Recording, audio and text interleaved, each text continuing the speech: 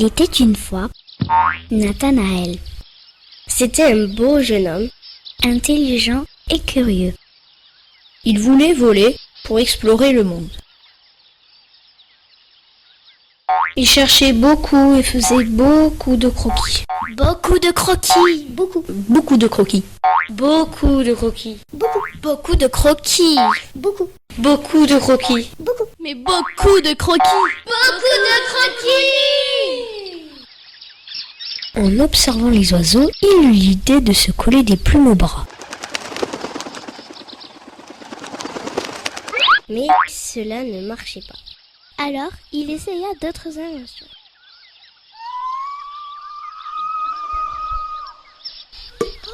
Aïe. Mais cela ne marchait toujours pas.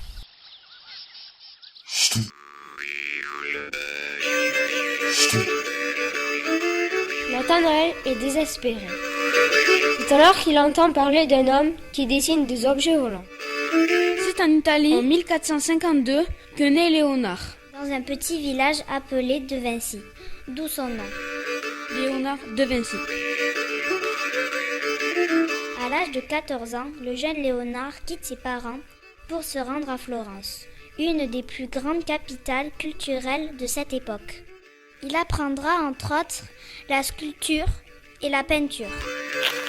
Ses œuvres les plus célèbres sont la Joconde et la Cèdre. Mais très curieux, il s'intéresse aussi au corps humain, à l'architecture, aux sciences. Il deviendra ainsi artiste, Peintre, Sculpteur, scientifique, ingénieur, médecin, architecte, stratège militaire.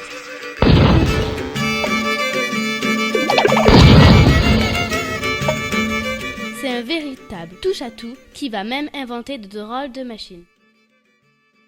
Passionné par le vol des oiseaux, il cherche comment voler. Alors, il invente des machines volantes, comme le parachute, une sorte d'hélicoptère, des ailes.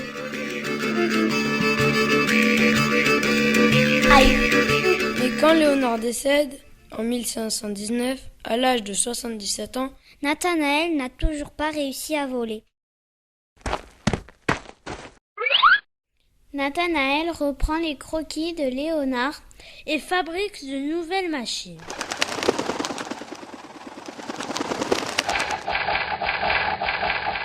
Mais ça ne marche pas. Il me manque des connaissances, Se dit Nathanaël.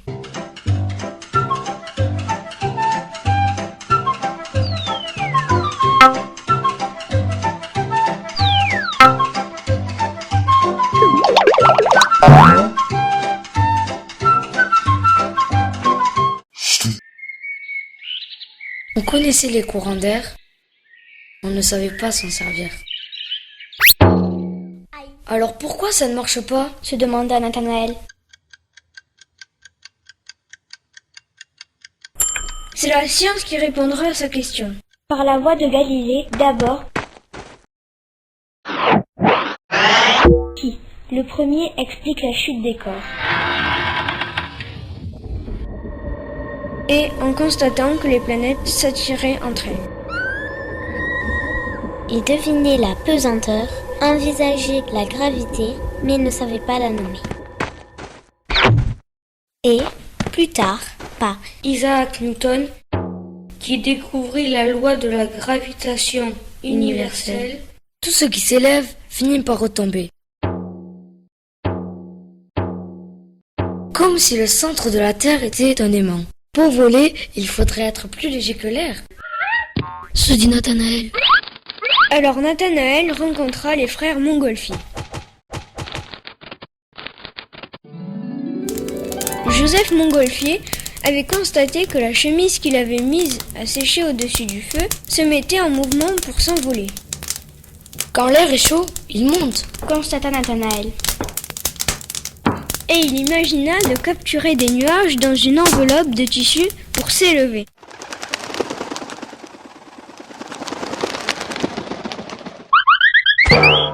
Mais ça ne marche pas. Pourtant, c'est sur cette idée que les deux frères Montgolfier, Joseph et Étienne, inventèrent l'aérostat. Ils conçurent le premier ballon volant, la montgolfière. Au cours du siècle, la science fait d'énormes progrès. et la chimie démontrent qu'il existe bien d'autres gaz que l'air. Henry Cavendish découvre l'hydrogène, un gaz 10 fois plus léger que l'air.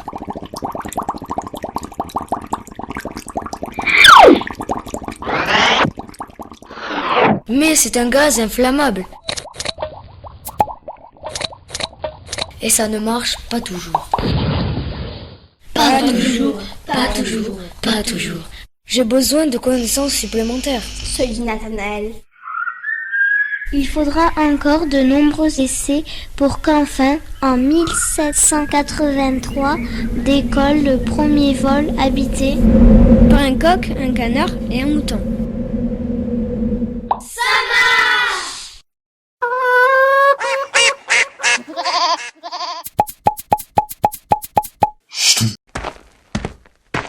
Plus tard, Nathanaël entend parler du docteur Ferguson. Un savant et un explorateur. Le docteur Samuel Ferguson, accompagné de son serviteur, survole une partie de l'Afrique à bord d'un ballon gonflé à l'hydrogène, le Victoria.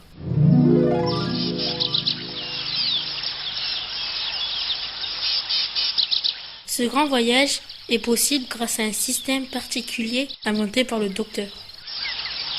Ce système permet de faire de longs trajets sans s'arrêter et sans que l'hydrogène mette le feu au ballon. Ça marche! Oh, bonjour. Connaissez-vous le docteur Ferguson? Oui, bien sûr. J'étais avec lui en ballon et puis il a disparu. Voyons, c'est impossible. Mais pourquoi? Parce que le docteur Ferguson n'existe pas. C'est le personnage du roman 5 semaines en ballon, écrit par Jules Verne. Qui est ce Jules Verne? Jules Verne est né le 28 février 1828 à Nantes. Avocat de métier, il s'intéresse beaucoup aux recherches scientifiques. Grâce aux découvertes techniques et scientifiques de son siècle, il imagine des machines inconnues telles qu'une fusée, un sous-marin, un bateau volant, un ballon habité. Il rêve aussi de grands voyages dans la mer, sur la Lune et autour de la Terre. Et il écrit des histoires futuristes.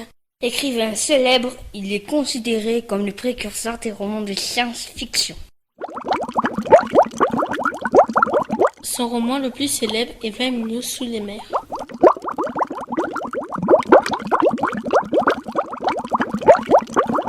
Mais il a écrit aussi Voyage au centre de la Terre, Le tour du monde en 80 jours, De la Terre à la Lune, etc., etc., etc. Et bien sûr, cette semaine en ballon.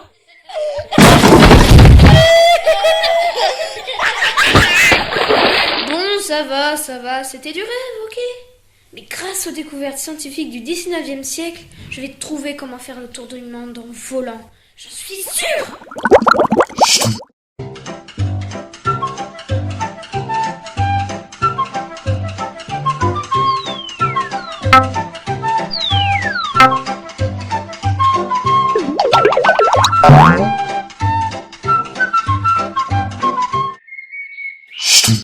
Le ballon poursuit son ascension et devient dirigeable. Lindenberg, par exemple, pouvait transporter une 50aine de personnes. Le parachute évolue. Il devient orientable et peut même se montrer ascensionnel. Mais surtout, l'aviation prend son envol. les pionniers, Louis Blériot, Antoine de Saint-Exupéry, Otto Lilienthal, Clément Ader sont de merveilleux fous volants qui tombent plus qu'ils ne volent. Mais petit à petit, les avions sont plus performants. Louis Blériot traverse la Manche en 1909. et Lindbergh, en 1927, traverse l'Atlantique. Une rude concurrence pour le dirigeable qui, grâce à l'hélium, devient plus performant et moins dangereux. Mais pas assez tout de même, puisque le Zeppelin explose dans le ciel de New York en 1937. Dès lors, l'aviation prend le dessus. Avec l'apparition du pétrole et des carburants, la propulsion est inventée. Avions et dirigeables en sont équipés, ainsi que les fusées.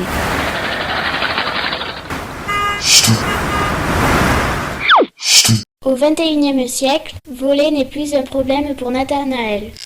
Avions et drones traversent le ciel. Satellites et fusées parcourent l'espace.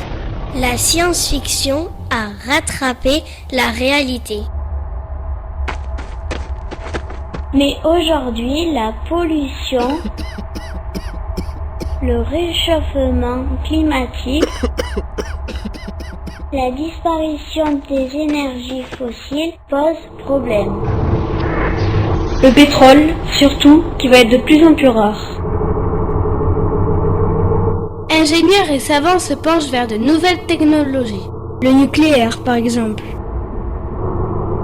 Mais tout cela n'est pas sans danger et pourrait avoir de graves conséquences sur l'écologie de notre planète pour des milliers d'années. Car demain, il faudra de nouveaux moyens de transport. De nouveaux moteurs surtout. Permettant de relier entre elles les cités de l'espace ou simplement pour passer un week-end sur Mars. Nathanaël s'endort et imagine le futur. Avec les chercheurs de l'école de Sainte-Livrade, il crée le Luto Nat Galaxy. C'est une cabine de téléportation qui marche grâce aux molécules qu'il y a dans l'air et l'univers. Dans la cabine, un bouton permet de faire fondre une personne en petites molécules. Elles vont réapparaître et recomposer la personne dans un autre endroit. Ce système permet de voyager dans l'espace 1000 fois plus vite que la vitesse de la lumière et sans pollution. D'autres chercheurs de l'école Sainte-Livrade proposent à Nathanaël la Nat Galaxy. La Nat Galaxy est une montgolfière, nouvelle génération. Elle vole grâce à des ventilateurs puissants placés sous la nacelle. Les ventilateurs fonctionnent grâce aux petites éoliennes placées sur les côtés de la nacelle. Des panneaux solaires alimentent le matériel électronique de navigation de la Nat Galaxy, Qui peut transporter jusqu'à 3000 personnes. Nathanaël a maintenant toutes les connaissances pour construire son futur. Youpi! Ça marche!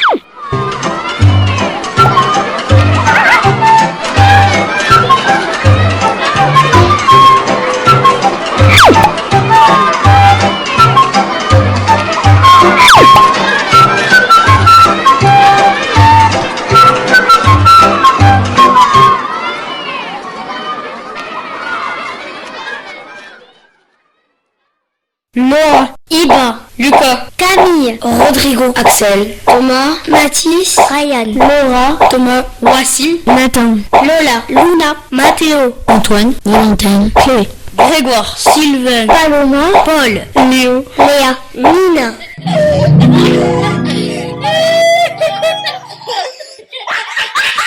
Une spéciale dédicace à notre maître, Maxime Gervaux et Stéphane et Bernard. la compagnie Regarde de demain.